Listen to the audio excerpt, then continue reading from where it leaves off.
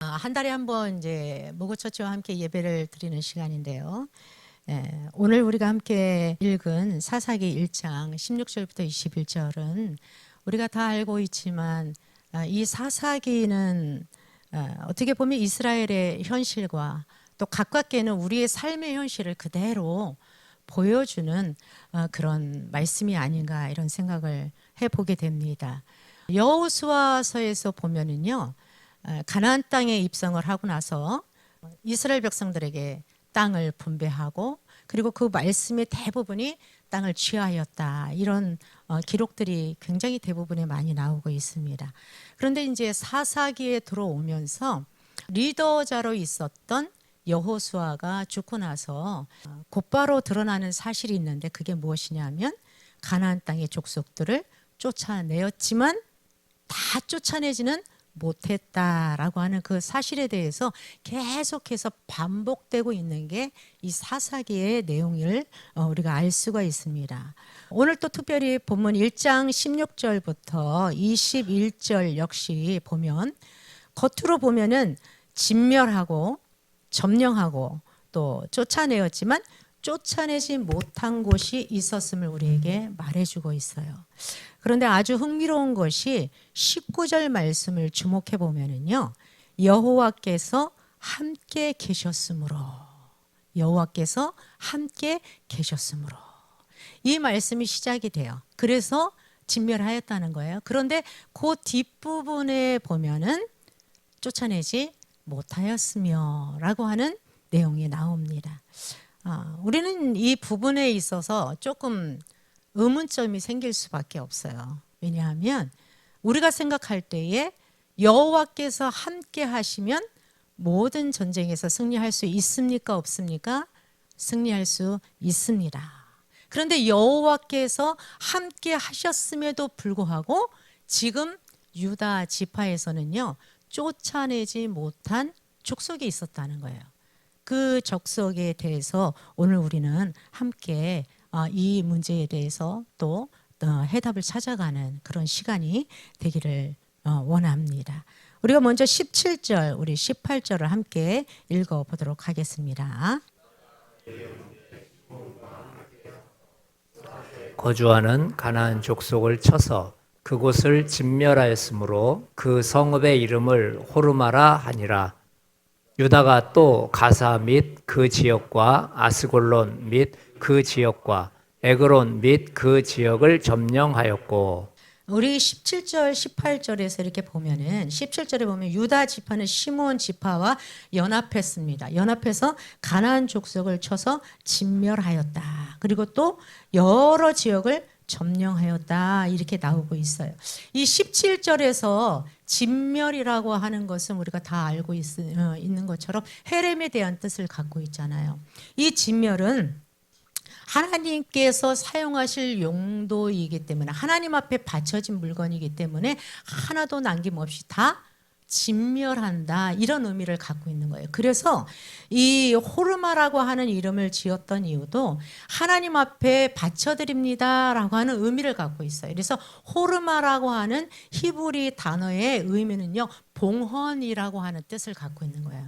그러니까 하나님 앞에 이 지역을 진멸해서 올려드립니다. 그래서 호르마, 봉헌, 하나님 앞에 바쳐진 지역입니다. 이렇게 기록을 하고 있는 것이죠.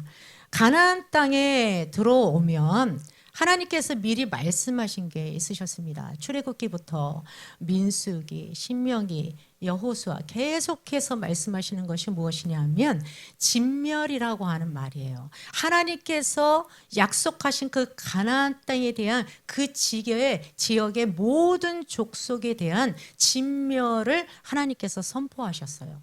하나님께서 이스라엘 백성들에게 안전한 하나님을 바라보고 믿음 생활을 온전하게 할 수 있도록 만들어 주시기 위한 하나님의 미연의 방지 대책이었어요. 왜냐하면 가나안 족속이 굉장히 타락하였고 엄청나게 죄에 관영했기 때문에 우상 숭배가 너무 많았던 그 지역이 가나안 이스라엘 백성들이 그 지역을 들어가면 그곳의 우상 숭배를 함께 할 수 있는 그런 위험이 있었기 때문에 하나님께서 진멸을 명하신 것이죠. 근데 우리는 이런 생각을 하잖아요. 어린아이부터 생명 있는 모든 호흡이 있는 모든 것들을 다 죽이는 거거든요. 진멸은. 그러면 사랑에 있는 하나님께서 어떻게 그 갓난아이, 그 어린아이까지 이렇게 다 죽일 수 있는가? 근데 말씀하신 것처럼 이 진멸은 하나님께서 가나안 땅을 온전하게 다 취하신 하나님이 받으신 지역이기 때문에 그런 거예요. 그리고 또 두 번째는 자기의 백성인 이스라엘 백성들을 지키기 위한 하나님의 사랑의 방법이었습니다. 그런데 그렇다고 해서 모든 이스라엘 백성들을 다 진멸한 것은 아니었어요. 하나님께서. 우리가 잘 알고 있는 기생 라합을 알고 있잖아요. 기생 라합은 어느 지역 사람이었어요? 가나안 지역 사람이었거든요. 근데 이 가나안 지역에 이 여리고에 있는 이 사람을 어떻게 구원하셨어요? 그의 믿음, 하나님을 믿는 믿음을 통하여서 하나님이 그 기생 라합을 구원하신 거예요. 그러니까 하나님의 진멸의 대상은 하나님을 믿지 아니한 대상을 향하여서 진멸의 대상이 된다라는 것을 우리는 기억해야 될 줄 믿습니다. 하나님께서 이와 같이 이 유다 지파를 통하여서 이 가나안 지역을 진멸하기를 원하셨어요. 그리고 이 유다 백성이 하나님의 말씀대로 진멸하였고 점령하였습니다. 오늘 우리는 이 말씀을 통하여서 하나님의 말씀 앞에 순종할 때에 승리는 보장된다라는 것을 우리는 오늘 이 말씀을 통하여서 느끼게 되고 알게 된다는 것입니다. 순종하는 자에게 모든 것이 다 진멸하고 모든 것이 다 점령되고 모든 것이 하나님의 뜻대로 다 되어진다고 말씀을 하셨는데, 오늘 우리가 19절에서 주목해야 될 것은 하나님이 함께 하셨는데도 불구하고 다 쫓아내지 못한 족속이 있었다는 것을 우리는 확인을 하게 됩니다. 우리 19절을 함께 읽어보도록 하겠습니다.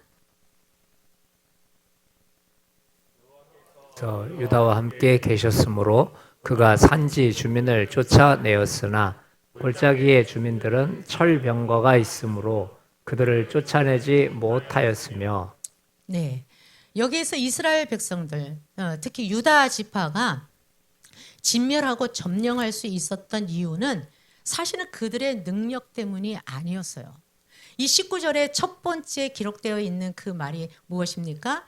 여호와께서 유다와 함께 계셨기 때문에 라고 하는 말씀이었어요. 그랬기 때문에 그가 유다 지파가 산지의 주민을 쫓아낼 수 있었다, 이 말씀인 거예요. 그러나 골짜기 주민들은 철병거가 있어서 쫓아내지 못하였다는 것이죠. 우리가 여기에서 의문점이 아까도 말씀드린 것처럼 생길 수밖에 없는 거예요. 여호와께서 함께 하신다면 사실은 철병거가 있다 할지라도 이 철병거를 당연히 물리치고 완전한 승리를 거둘 수밖에 없는 결과를 가져와야 돼요. 그런데 이 유다 지파는 이 철병거를 물리치지 못했습니다. 사실 이 유다 지파, 이스라엘 백성들이 상대적으로 볼 때 싸움의 대상이 될 수는 없어요. 가나안 족속들은 어떤 족속이었냐면은 아까 19절에 우리가 읽었던 것처럼 철병거가 있는, 다시 말해서 첨단 무기를 가지고 있는 그런 군사력을 완전하게 갖추고 있는 족속들이 어느 족속들이냐? 가나안 지역에 있는 족속들이에요. 그래서 가나안 족속이 있는 모든 족속들은요, 철병거를 다 갖고 있었어요. 철로 되어 있는 칼, 철로 되어 있는 창, 철로 만든 그 단단한 무기들을 완전하게 갖추고 있었던 족속들이 누구예요? 가나안 족속들의 사람들이었어요. 그런데 상대적으로 보면 이스라엘 백성들은 철이 없었어요. 동으로 무기를 가지고 있었거든요. 그것도 전체가 다 그거를 갖고 있는 게 아니었어요. 일부분의 사람, 어떻게 보면은 괭이, 이런 양을 치는 막대기, 이런 것을 가지고 이렇게 군대를 만들어낸, 지금 예전으로 따지면은 우리 일제강점기 시대 때 보거나 이럴 때 보면은 민병대 정도, 이 정도의 사람들로 구성되어 있는 게 바로 이스라엘 백성들의 군대의 형성이었어요. 그러니까 현실로 보면은 눈에 보이는 그 현실은 전쟁을 치룬다면 당연히 승리를 할 수 있는 그런 존재가 아니라 패배할 수밖에 없는 그런 환경을 가지고 있는 그 사람들이 누구냐? 바로 이스라엘 백성들이었어요. 그런데 중요한 것은 그들이 가지고 있는 무기가 문제가 아니라 승리할 수 있는 유일한 비결은 무엇 때문이었다는 거예요? 여호와께서 함께 계셨기 때문에 승리할 수 있었다는 것입니다. 그런데 이스라엘 백성들이 여호와께서 함께 계셨음에도 불구하고 이 골짜기에 있는 주민들, 특히 철병거가 있는 이 주민들은 쫓아내지 못했다는 것입니다. 그들이 왜 쫓아내지 못했을까요? 하나님이 함께 하셨는데, 하나님이 함께 하시면 모든 것들을 다 할 수 있잖아요. 그런데 그들은 하나님의 능력을 바라본 것이 아니라 현실, 자기 앞에 닥쳐진 눈앞에 있는 현실을 더 하나님보다 더 크게 본 거예요. 현실을 바라본 사람들에게 나타나는 현상들이 있거든요. 그것이 바로 무엇이냐면 오늘 19절과 같은 그런 부분이에요. 하나님이 함께 하셔도 이것만큼은 안 돼. 다 할 수 있으셔도 하나님이 이거는 결코 할 수 없을 거야. 우리 그런 생각 많이 하지 않습니까? 하나님이 다른 것들은 다 도와주실 수 있는데 아마 이것만큼은 어려우실 거야. 우리는 하나님을 믿고 있지만 내 앞에 다가온 그 현실을 보면 그 현실이 더 하나님보다 크기 때문에 우리 앞에 다가오시는 더 크신 여호와 하나님을 볼 수 있는 힘이 우리에게 주어지지 않는다는 거예요. 그래서 현실을 보게 돼요. 이 현실을 본 이 유다 지파 결국 쫓아내지 못하였다라고 말을 하는 거예요. 자, 오늘 이 19절과 21절에는 똑같은 말이 나와요. 쫓아내지 못하였으며. 그리고 21절에 보면은 쫓아내지 못하였으므로. 사실 우리가 이 말을 딱 보면 아, 똑같이 쫓아내지 못하였구나. 이런 느낌이 오거든요. 근데 이 19절에 쫓아내지 못하였으며 그리고 21절에 쫓아내지 못하였으므로 라고 하는 이 두 단어가 사실 시브리적 의미의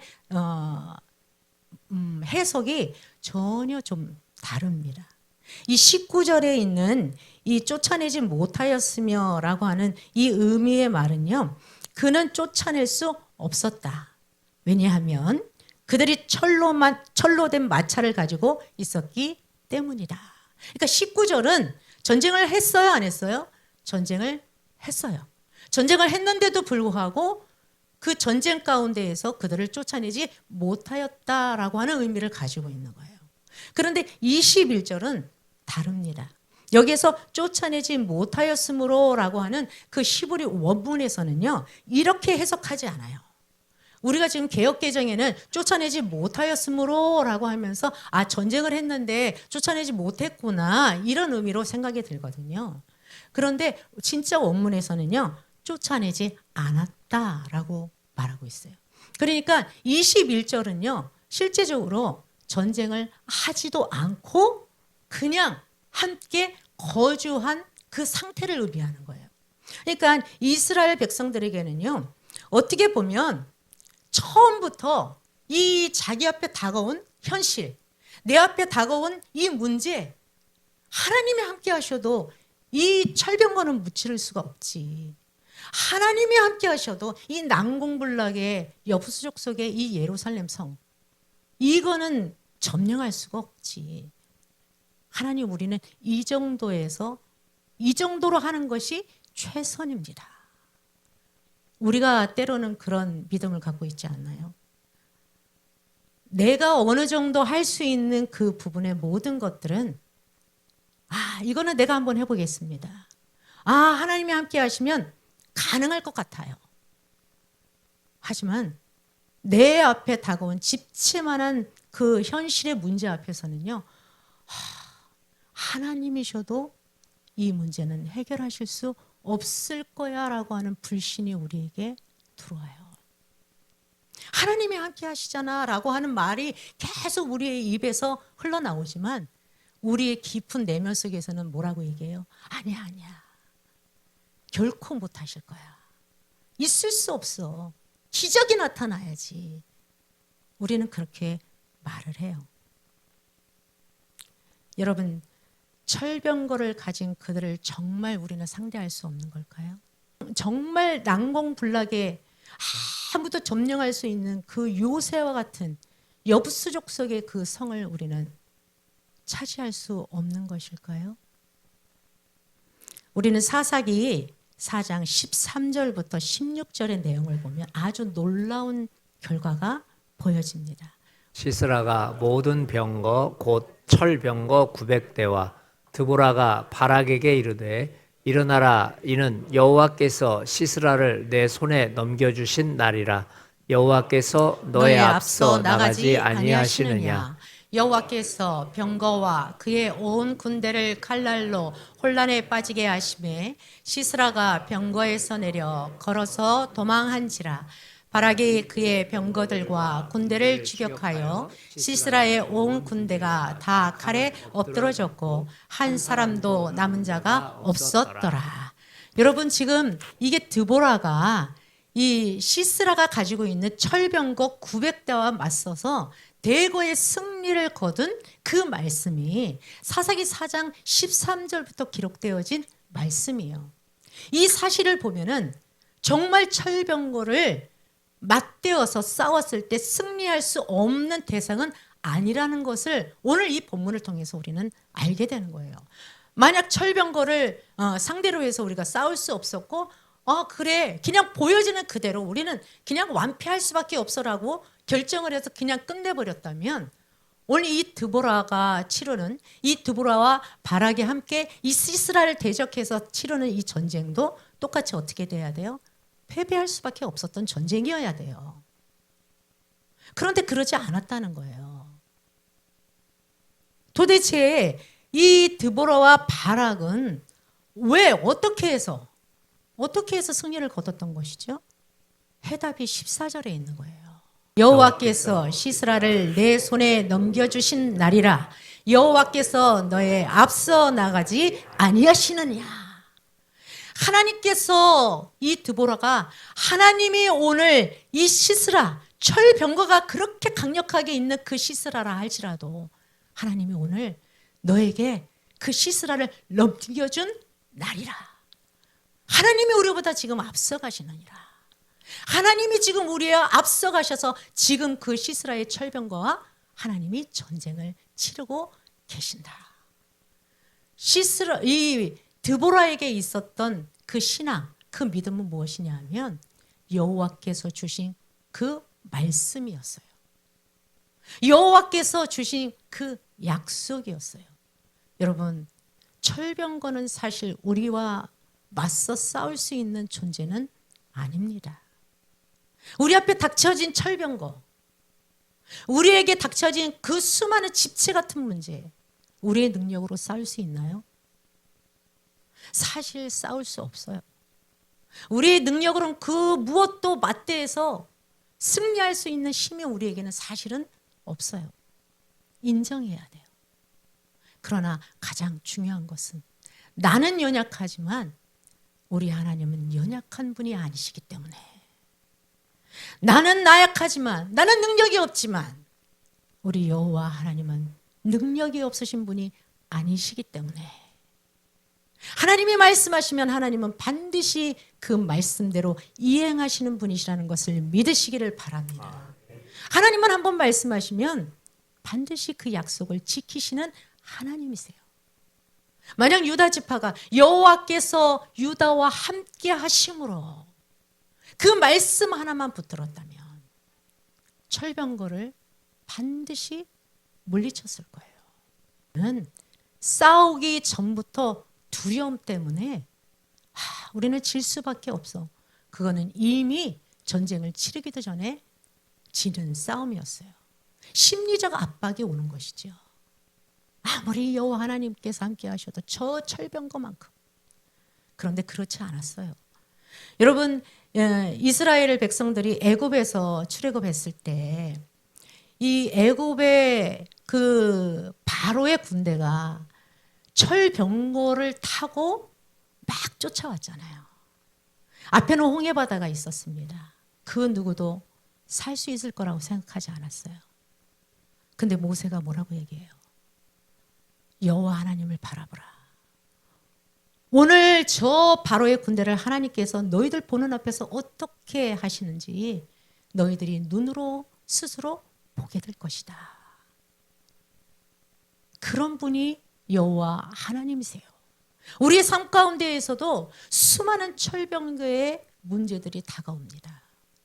건강의 문제의 철병거, 물질의 문제의 철병거, 사람과의 관계 속에서 생겨지는 문제의 여러 가지의 철병거. 나는 애쓰고 힘쓰지만 내가 원하는 대로 진행되지 않고 있는 우리의 가정의 문제. 그런데 그 모든 문제를 사실은 나는 해결할 수 없어요. 그렇기 때문에 우리는 반드시 무엇을 의지해야 됩니까? 여호와의 하나님의 말씀을 붙들어야 된다는 것을 믿으시기를 바랍니다. 하나님께서는 내 백성에게는 반드시 지키시겠다고 약속하셨어요.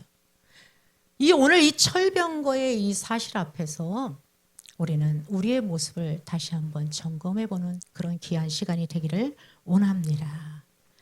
예루살렘의 여부수 족속은 또 어떻습니까?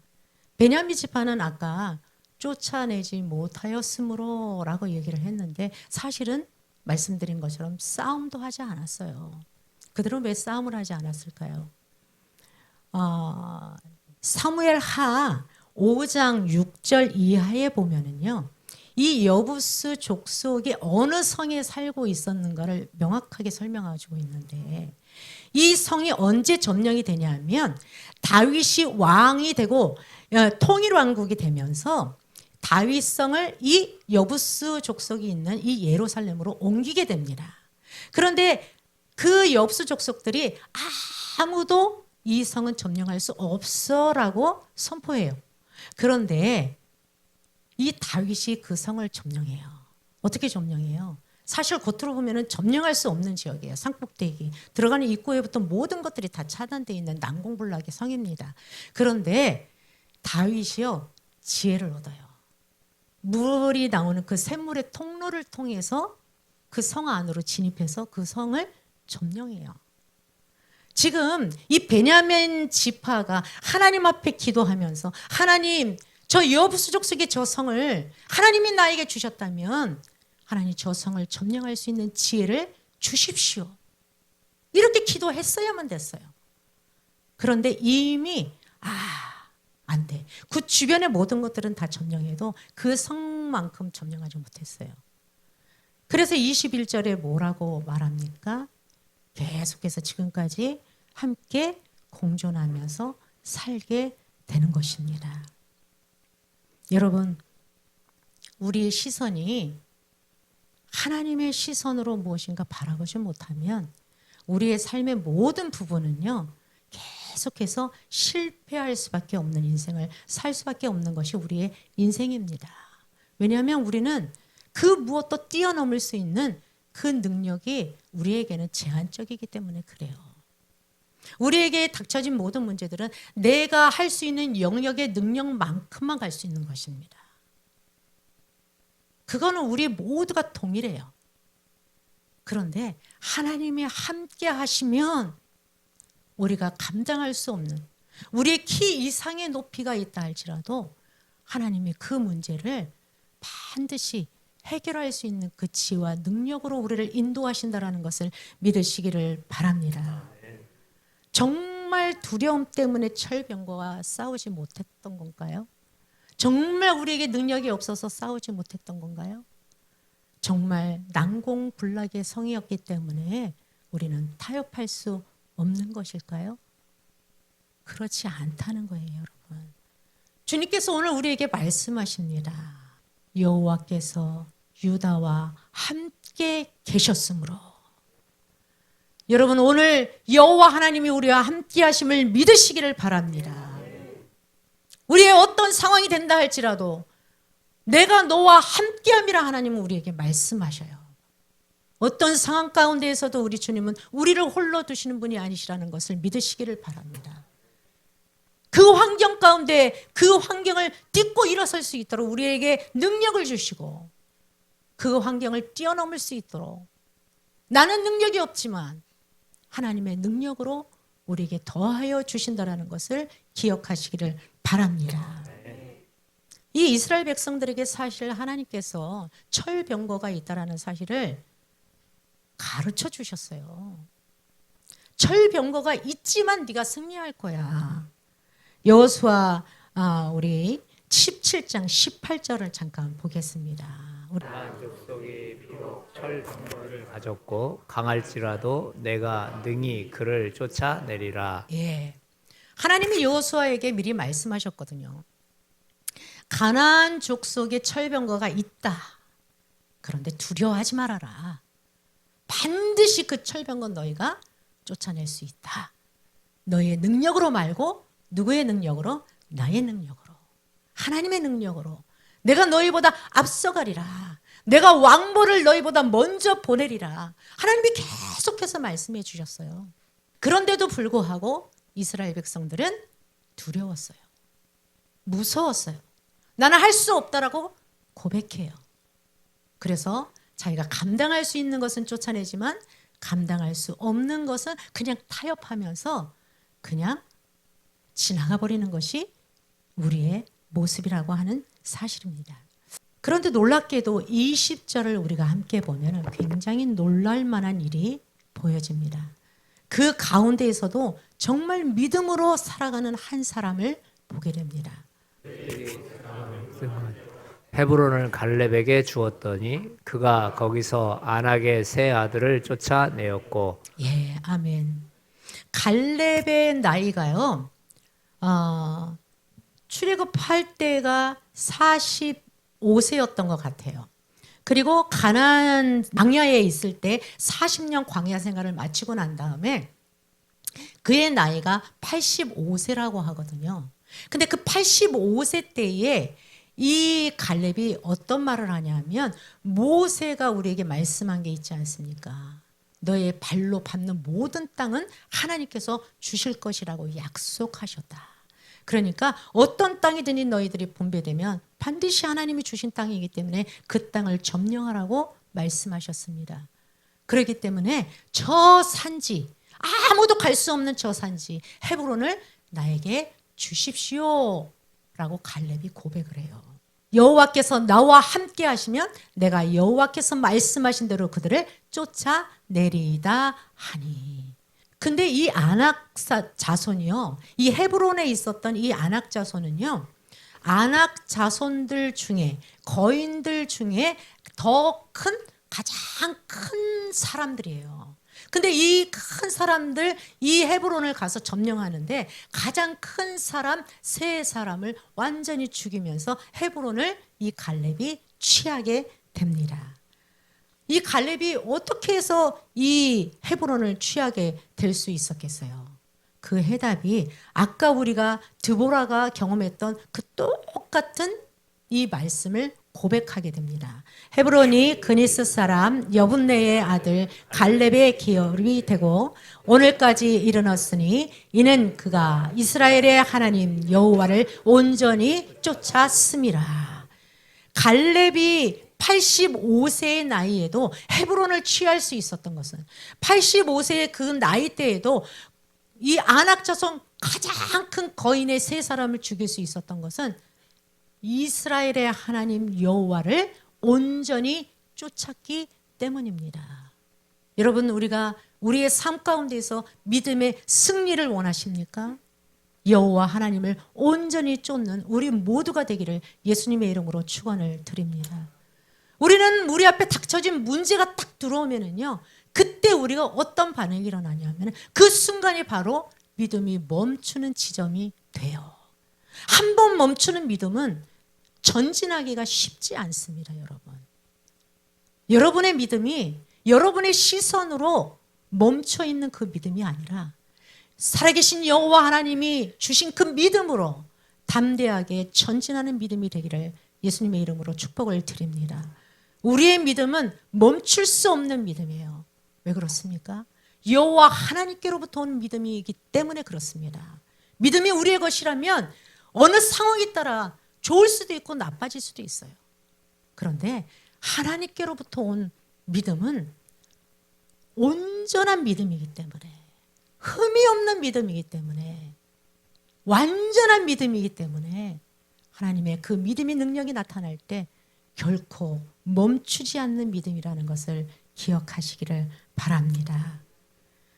우리는 하나님의 말씀을 붙들어야 돼요. 하나님이 우리에게 주신 그 말씀을 붙들 때 우리는 우리의 삶 가운데에서 승리가 보장된 인생으로 살아갈 수 있다는 것을 여러분 기억하시기를 바랍니다. 우리의 삶에는요, 믿음을 멈추게 하는 지점이 누구에게나 있어요, 여러분. 없지 않습니다. 어떤 상황 가운데에 집채만한 그 문제가 왔을 때 우리는 그 위협 앞에서 하나님을 바라보지 못하면 믿음이 멈춰버려요. 경제의 문제, 사업의 문제, 아까 말씀드렸던 반복되는 죄와 오래된 습관의 문제, 나의 연약한 육체로부터 오는 문제, 가정의 물질의 문제, 사랑과의 관계의 문제, 철병거가요 우리에게 다가오는 게 무수하게 많다는 거예요. 저 난공불락과 같은 요새 타협할 수밖에 없는 그런 위기의 상황들이 우리에게 너무 많이 다가옵니다. 그런데 여러분, 하나님이 우리와 함께 하신다 할지라도 환경이 변하는 건 아니에요, 여러분. 철병거가 갑자기 사라집니까? 난공불락인 성이 갑자기 사라져서 없어집니까? 현실은 그대로 있어요. 그런데 문제는 뭡니까?